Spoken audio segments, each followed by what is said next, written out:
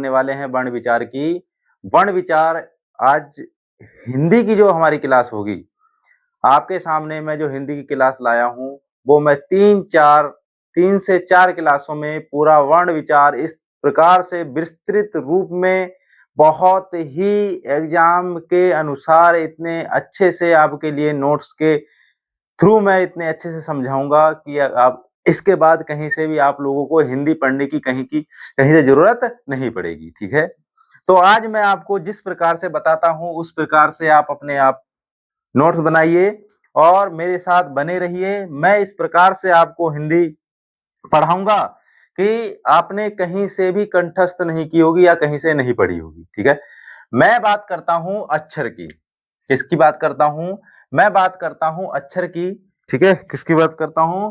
मैं बात करता हूं अक्षर की। तो अक्षर जो है, ना छरात इति अक्षरः।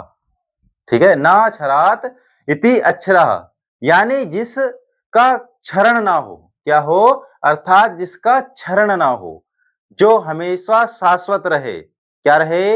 हमेशा शाश्वत रहे, अर्थात जिसका क्षरण ना हो, जो हमेशा शाश्वत रहे, जो टूटे ना। ठीक है, जो क्षण भंगुर ना हो, उसे क्या कहते हैं? अक्षर कहते हैं। वर्णमाला वर्ण विचार में सबसे छोटी इकाई की बात करेंगे तो क्या होंगे वो? अक्षर होगा। क्या होगा? अक्षर होगा। अविभाज्य ध्वनि है। क्या है? अविभाज्य ध्वनि पूछेगा तो आपको अक्षर लगानी है। सबसे छोटी इकाई अगर पूछे क्वेश्चन में तो आपको क्या लगाना है? अक्षर लगाना है। क्या लगाना है? अक्षर लगाना है। ओके, अब मैं बात कर लेता हूं। मैंने छोटा सा यहां लिख दिया है कि भाषा के भेद। ठीक है, या भाषा के रूप कितने होते हैं? 3। कितने होते हैं? मेरी बात समझ में आ रही है आप लोगों को? मैं आपको बताता हूं कि भाषा, ये आपको पता भी होगा। ठीक है, कॉमन बात है। भाषा के भेद 3 प्रकार हैं, भाषा के रूप 3 प्रकार हैं। के 3 रूप हैं। कौन कौन से? सांकेतिक, या कह सकते हैं लिखित, मौखिक और सांकेतिक। कैसे? लिखित, मौखिक और सांकेतिक। आज हम बात करेंगे वो लिखित के वाले। कौन से? लिखित के वर्णों की बात करेंगे, लिखित व्याकरण की बात करेंगे। तो यहाँ हम देखते हैं लिखित भाषा। लिखित भाषा जो है, वर्ण वर्ण में वर्ण से बने क्या? स्वर। वर्णों में क्या है? उन्हें बांट करके हम पढ़ेंगे। किसको पढ़ेंगे? आज स्वरों को पढ़ेंगे। क्या पढ़ेंगे? स्वरों को पढ़ेंगे। ओके, स्वरों। तो बिना किसी भाषा, यहाँ स्वरों की बात करते हैं। अब किसकी बात करते हैं? वोबल्स की बात कर रहे हैं। बिना किसी भाषा के बिना किसी सहायता, बिना किसी हेल्प के, बिना किसी सहायता के बोले जाते हैं, उन्हें क्या कहते हैं? स्वर कहते हैं। ठीक है, जो बिना, जैसे मैं अगर आपके सामने कहूं व्यंजन, तो व्यंजन बिना बिना स्वरों की सहायता के बोले ही नहीं जा सकते। बिना बिना स्वरों की सहायता के बोले ही नहीं जा सकते। मेरी बात समझ में आ रही ना आप लोगों को? ऐसे ही, लेकिन स्वर क्या है? वो किसी की सहायता से नहीं लेते हैं। ठीक है, वो किसी की भी सहायता नहीं लेते हैं, वो खुद बोले जाते हैं। ठीक है, वो सहायता करते हैं किनकी? वर्णों की। ठीक है, अब बात कर लेते हैं। तो याद रखना है, जो बिना किसी की सहायता के, अगर पूछा जाता है आपको क्वेश्चन कि बिना किसी सहायता से क्या बोले जाते हैं, ठीक है, वर्ण में, तो आप याद रखेंगे स्वर। क्या? स्वर। तो स्वर कितने होते हैं? 11 होते हैं। कोई 10 लिखता है, कोई 13 लिखता है। आप लोगों को 11 याद रखना है। 11 कितने स्वर कितने होते हैं? 11। 11 कितने? 11 होते हैं। ओके, कितने होते हैं? 11 होते हैं। तो यहाँ देखेंगे स्वर कितने होते हैं? छोटा बड़ा, छोटी बड़ी, छोटा बड़ो, ऋ, ए आय ओ आओ। ओके, अंग हा आयोग वह में जाएंगे। किस में जाएंगे? वो भी मैंने लिखे हैं। ठीक है, यहां देखेंगे आयोग वह स्वर, विसर्ग और अनुस्वर, जो तुम 13 गिनते हो।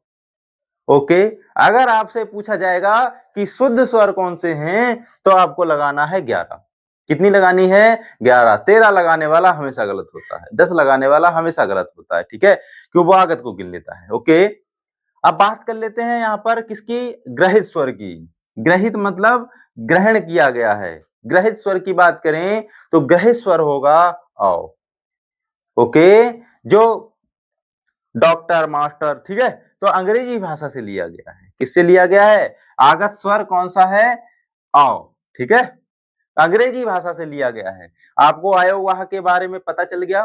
क्या है? आयोग वहां है जो आयोग वहां है वो कौन सा है? विसर्ग और अनुस्वर। कौन से हैं? विसर्ग और अनुस्वर हैं। कौन से हैं? विसर्ग और अनुस्वर हैं। रिपीट किया करो बार बार। हिंदी एक बार कंप्लीट कर लो, बार बार कंप्लीट नहीं करनी पड़ती है।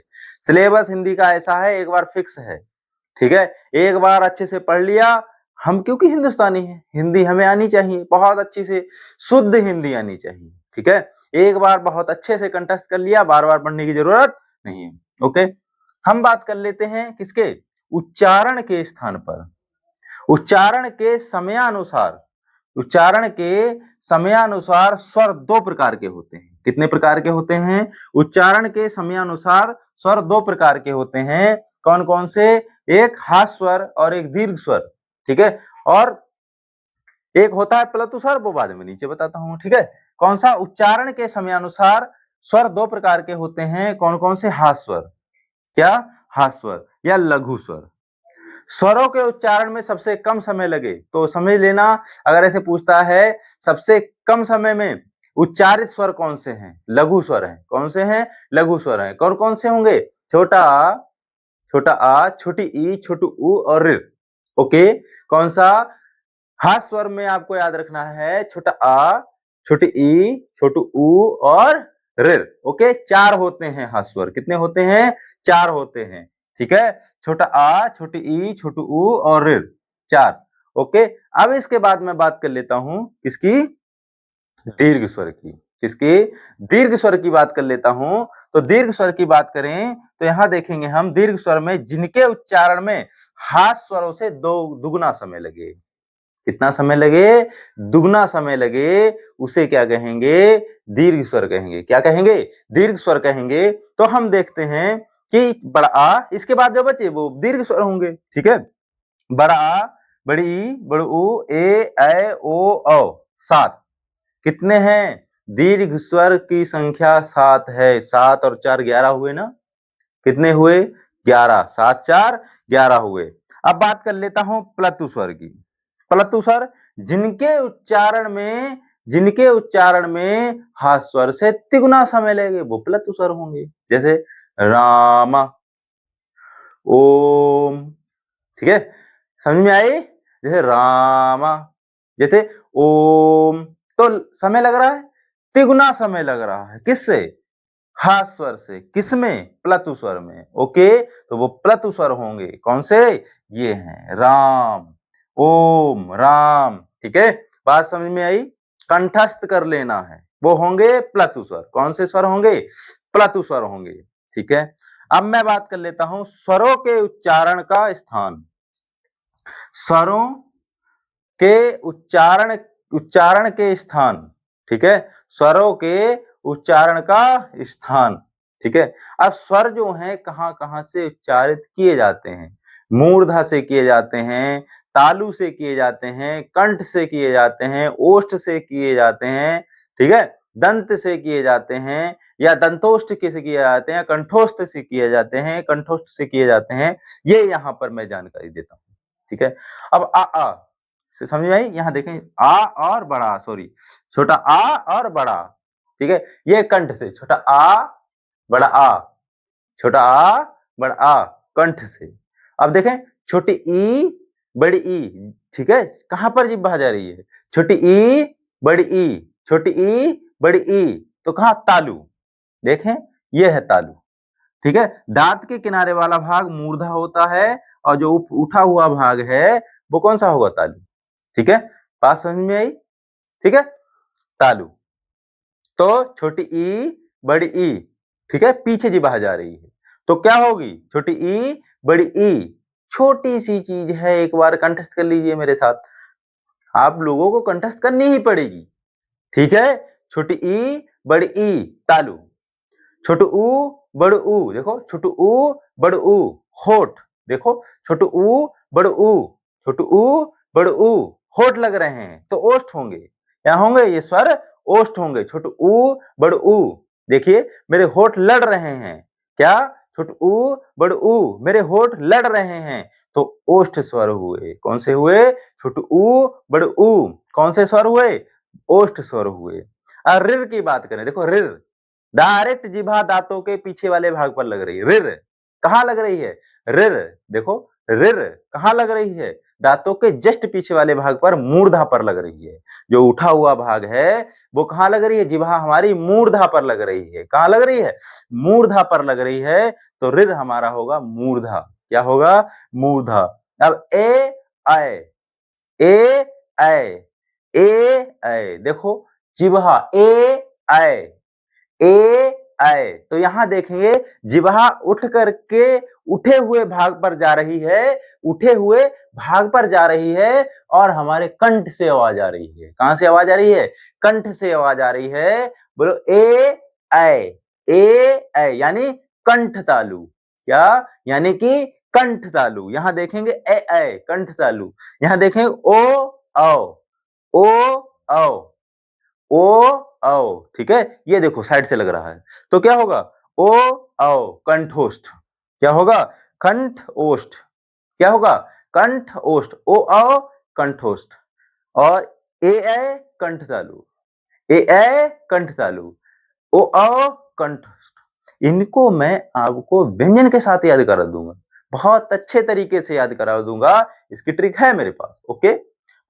बहुत अच्छे से तरीके से याद करा दूंगा, लेकिन मैं कहता हूं कि सबसे बेस्ट तरीका है बोल कर देखिए।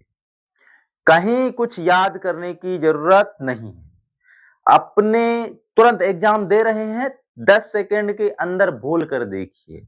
मैंने कहा ओ आओ, देखो ओ आओ, देखो ये होठ लग रहे हैं मेरे और आवाज यहां से आ रही है, तो ओ आओ, देखो ओ आओ, ये होठ लड़ रहे हैं मेरे, ठीक है। तो ये हो गए कंठोष्ठ। कौन से? ओ आओ। अब मैं बोला ए ऐ, देखो ए ऐ, देखो जिह्वा मेरी खल्ले में जा रही है, ऊपर उठे हुए भाग में जा रही है, तो ए ऐ कंठोष्ठ हो गए, सॉरी कंठ तालु हो गए, ठीक है। रिर देखो मूर्धा। बोल कर देखिए, सबसे बेस्ट तरीका बोल कर देखिए। इसके उच्चारण का और कोई तरीका यानी याद करने का इससे अच्छा कोई तरीका ही नहीं है। यही तरीका है, बोल कर देखिए। रिर आ गया ना मूर्धा। देखो उ औ, उ बड़ू उ, ओष्ठ, देखो दोनों होठ लड़ रहे हैं, उ बड़ू उ, ओष्ठ। छोटी ई, ठीक है, छोटी ई बड़ी ई, देखो ई, छोटी ई बड़ी ई, ऊपर जीवा चिपक रही है, तो क्या हो गई? तालु हो गई।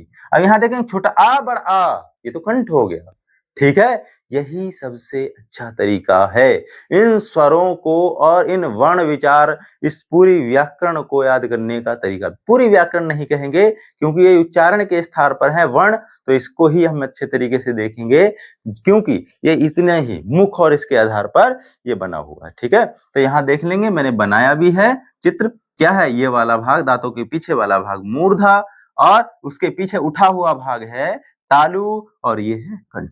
ओके, यहां से मिलाएंगे तो कंठ और तालु मिलाएंगे तो कंठ तालु, कंठ और ओष्ठ मिलाएंगे तो कंठ। ओके, मैं आपके लिए अब ऐसी ही क्लासें प्रतिदिन लाऊंगा हिंदी की, जब तक ये हिंदी कंप्लीट नहीं हो जाती है। चाहे वो यूपी का कोई एग्जाम हुआ, चाहे वो एसएससी का कोई एग्जाम हुआ, चाहे वो एसएससी जीडी हुआ, चाहे सीएपीएफ का कोई एग्जाम हुआ, मेरी हिंदी पढ़ाई हुई से बाहर नहीं आई। ये बात अपने आप कान खोल कर सुनिए, ठीक है। आप लोगों को मेरे साथ बने रहना है और मेरा सपोर्ट करके सब्सक्राइब बढ़ाइए, सब्सक्राइब कीजिए, लाइक कीजिए, कमेंट किए। जय हिंद, जय भारत।